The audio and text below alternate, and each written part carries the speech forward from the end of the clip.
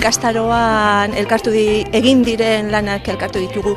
Eta jarri diren lanen artean ikasleek egindakoak eta nik egindako beste batzuk jarri ditugu. Berezitasuna da tela ezberdinak elkartuz sortu daiteke edozein gauza, koltxak, poltsak, tapizak eta tela ezberdinak eta diseinua izaten da kontutan.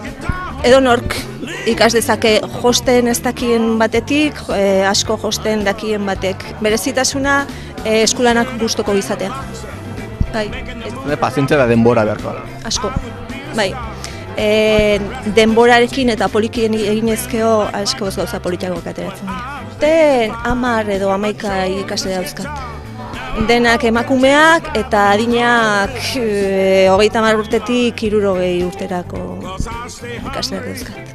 Eta kuriosoa dena da 14 etortzen zizkidela, desente. Ez dakit teknika begeitiko ideiak nondik hartzen diren, zertan inspiratzen den?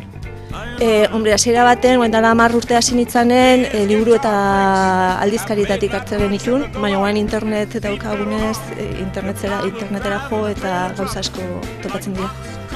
Erakustetan ikusten ditugu, hona etorri nahi duenak ikusten nahi duenak noiz du aukera. Gaur astegea, asteazkena eta larun batera arte. Goizetan 11-etatik ordu batea eta arratsaldetan 4-tatik 8-etara. I'm going to send my guitar home. Leave these blues alone. I'm in the wrong business. I'm lying. Udaletxeko paper batzuk bialdu zituen eta ikusi nun. Eta, ez dut sekula josi, ez nekin botoi bate josten. Eta animatu nintzen.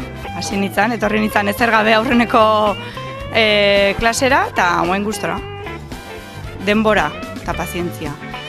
Ondo itxeko, puntada txikiak eta ondo manda, gero lana ondo gelditzeko. Orduan, denbora eta pazientzia. Lehenengo urtean, teknika ikasten behintzat, eta, nik lehenengo lan hainuna xariku bat izan zen, eta gauza jasotzeko organizadore bat. Eta guan jasi naiz bolso batekin eta umiantzako koltxa. Hoi da politena. Bukatzezunen zure lana ikustea eta bakarra dela eta zukindakoa dela, hoi da politena. Leave these blues alone, I'm in the wrong business. I ain't lying.